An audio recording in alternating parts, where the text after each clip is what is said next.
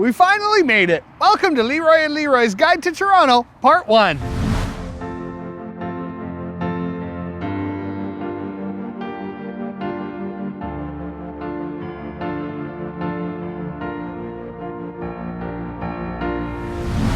So, I want to debunk one of the myths here about Toronto. Someone told me the best way to get around was by train. So after Leroy behind the camera and I tried to share a bike, that didn't work out. So we thought, you know what? Maybe train is the way to go.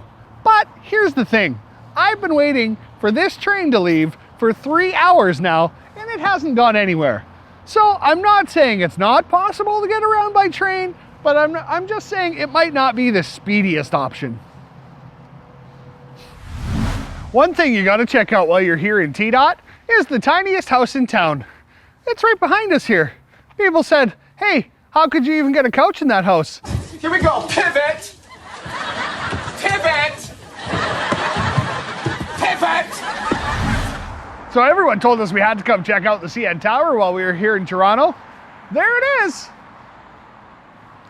I thought it would be a lot more towerier than that. Okay, here's a big hack for you if you're coming to check out the CN Tower. You may notice the lines tend to get a little bit long, and if you don't want to wait, we've got the best hack ever, and there's no wait time at all. This elevator right here, hit the button for the top floor, and it's pretty much the exact same thing as being in the CN Tower. You can enjoy all of the same sights. And I mean, it's pretty much as high as the CN Tower is. Third floor. One of the must-stop things you need to see while you come here to Toronto, Dundas Square. It's kind of like if Times Square had a cottage that it went away to just for a little relaxation and quiet time, it would probably come to Dundas Square. One of the great features here at Dundas Square, the water fountains. There's no need to bring a water bottle with you. There's all of these fountains for you to drink from. And if you need a place to just drop the kids off for a couple hours, there's TVs playing cartoons and stuff, so they'll be entertained forever.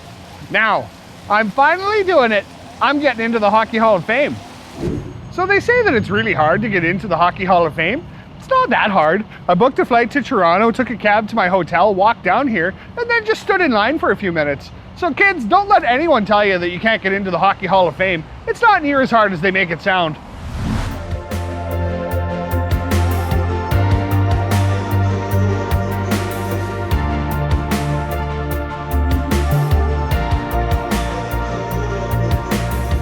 A lot of people told us we had to come see the dog park while we were here, and we've been watching for a while now. So far it's just been humans parking, but I'm sure that a dog is gonna park at any moment now. We just have to keep our eyes open.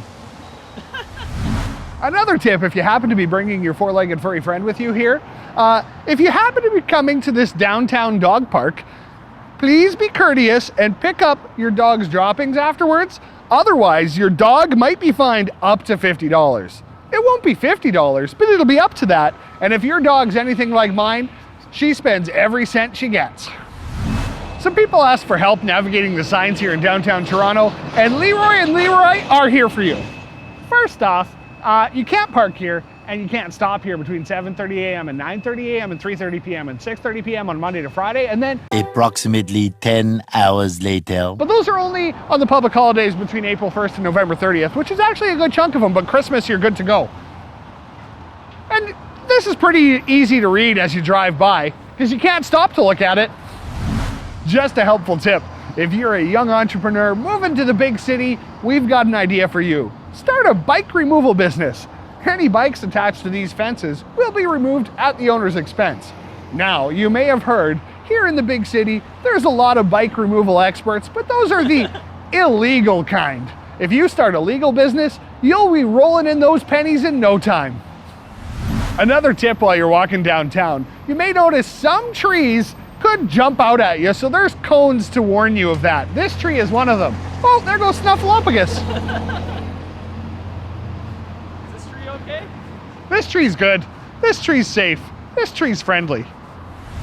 Just a heads up while you're in the Distillery District, they have doors around here which may just open suddenly, but they let you know, so, that was polite of them. And before one hits you in the face, you've been warned. Another place people told us we had to stop while we were here was Grassi. Now, you're not gonna believe this, but apparently Drake doesn't go to school here anymore. So we'll have to keep looking for him, but totally worth it. So we thought we'd end things by going to hang out with Drake.